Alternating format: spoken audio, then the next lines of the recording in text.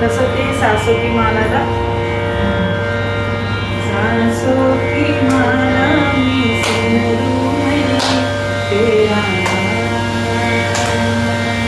सासो की माला. हे सगळं जे गात्र असे जपणून ठेवलेले असतात ना, सगळं मोकळं होतं. फक्त माइंड नाही मोकळं करायचं. माइंड पण होतं का नाही मोकळं कोण जाणे. 3 वर्षात कळलं नाही मला. परत कोण शेअरच करत नाही. करणारं करतं मला कधीतरी. पण इथंच आपल्याला ते त्याचा अनुभव घ्यायचा. करा बरं एकदा हातवर. कारण खूप कमी जणींनी केलं ते. कंजूशी केली जरा हातवर.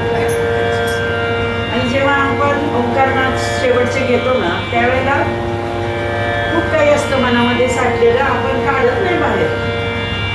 मग ते कुठेतरी एकांतात रागाने यांनी त्यांनी आपण हे करतो. त्याच्यापेक्षा जेव्हा आपण मोठ्यांदा हात मारतो, तर आपण फक्त एका ओंकाराला नाही हात मारत.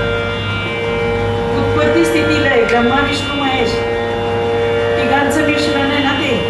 आणि पूर्ण त्यांनीच तर हे सगळं निर्माण केलं त्या एका प्रणामाने.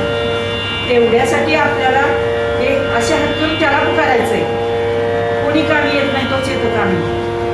म्हणजे कुठेतरी महात्म्यांना संतांना आपण प्रार्थना करतो की अहो असं असं झाले माझ्या घरात, मला थोडं हिलिंग द्या, मला थोडी रेखी द्या, मला थोडी प्रार्थना करा. तर ही प्रार्थना आपण दर रविवारी इथं करू शकतो नाही की नाही.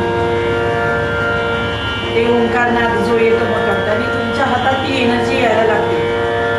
70% कॉस्मिक एनर्जी आपल्याला परमेश्वर फुकट देतो.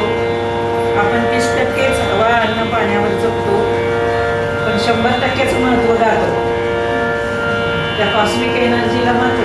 जमलं की नाही.